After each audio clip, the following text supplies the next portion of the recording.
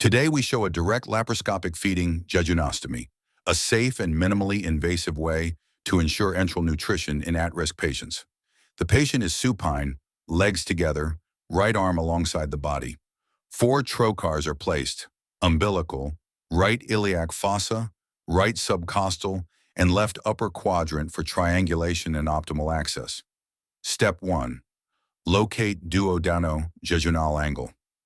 Tilt the table head up and 20 degrees to the right. Lift the omentum and move the small intestine to identify the Duodeno-Jejunal angle at the ligament of Treitz.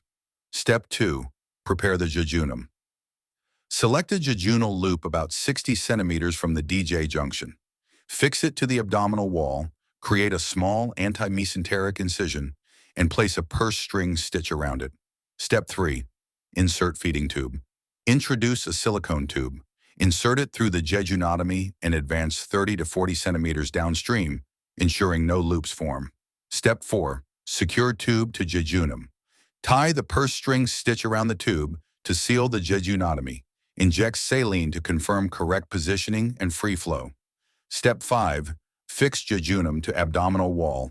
Anchor the jejunum with 4 seromuscular sutures around the tube at cardinal points.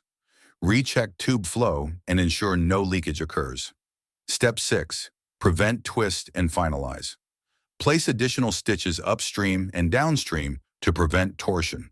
Cover the bowel with omentum and secure the tube to the skin. Connect to a feeding bag until use. And finally, in conclusion, this direct laparoscopic jejunostomy is safe, efficient, and preserves the benefits of minimally invasive surgery